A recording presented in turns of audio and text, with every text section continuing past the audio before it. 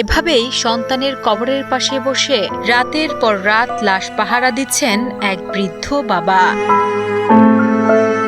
মুন্সিগঞ্জের টঙ্গীবাড়িতে বজ্রপাতে প্রাণ হারানো কিশোর আরাফাতের লাশ কবর থেকে চুরির আশঙ্কায় গত এক সপ্তাহ ধরে রাতভর পালাক্রমে পাহারা দিচ্ছেন বাবা ও তার স্বজনরা।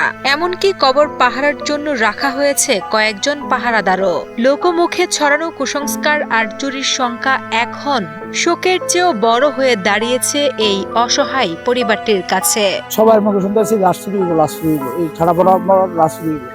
ওই রাতে থেকে আমরা 4 জন লোক নিয়োগ করলাম 5,000 টাকা দিয়ে ওই রাতে।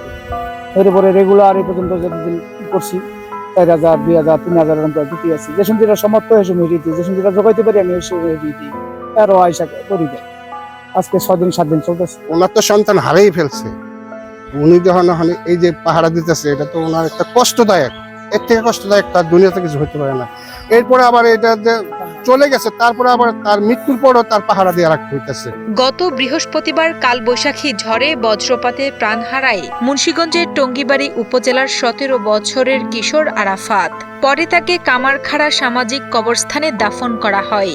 সন্তানের শোক সামলাতে না সামলাতেই নতুন করে দুশ্চিন্তায় পড়েছেন বাবা জসিমউদ্দিন। লোকমুখে ছড়ানো বজ্রপাতে প্রাণ হারানো লাশ কবর থেকে চুরির আশঙ্কায় প্রতিদিন 4,000 টাকা চুক্তিতে 4 জন পাহারাদার নিয়োগ করতে বাধ্য হয়েছেন তিনি। আমরা কি নিজেরই খাবো না লাশ চেক দেওয়ার মতো আমরা লোকজনের টাকা দিয়া লাশ করে দেওয়া? সবার কাছে আমার আবেদন, গরিব একটা লোক, অসহায় জসিম খান, তার ছেলে বজ্রপাতে ইন্তিকাল ফরমাইছেন, ইন্না লিল্লাহি ওয়া ইন্না ইলাইহি রাজিউন। তার মনোবল আত্মা আল্লাহ শান্তি করুক। তা এই লোকটার পরিস্থিতি দেখে আমরা সবাই এই দুঃখ প্রকাশ করি।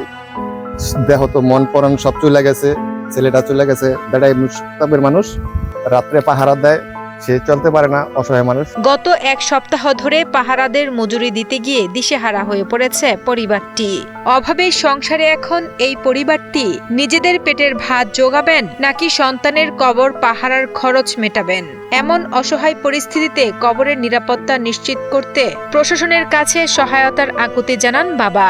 আমাদের কাছে আমাকে আবেদন, যদি আমাকে লাশটার যদি কোনো একটা ব্যবস্থা করে। এ বিষয়ে টঙ্গীবাড়ি উপজেলা নির্বাহী অফিসার তাহমিনা আক্তার জানান, ভ্রান্ত ধারণা থেকে পরিবারটি আতঙ্কে রয়েছেন।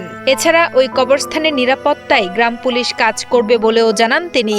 এটি জেনে আমরা আসলে সত্যি মর্মাহত হয়েছি যে ওনার বাবা অসুস্থ অবস্থায় সেই কবরটি পাহারা দিয়েছেন এবং তাৎক্ষণিকভাবেই কিন্তু আমি সকাল 7টায় যখন আমি করলাম তখন আমি সংশ্লিষ্ট ইউনিয়ন পরিষদের চেয়ারম্যান এবং প্রশাসনিক কর্মকর্তাকে আমি অনুরোধ জানিয়েছি, ওনারা প্রয়োজনীয় ব্যবস্থা গ্রহণ করবেন।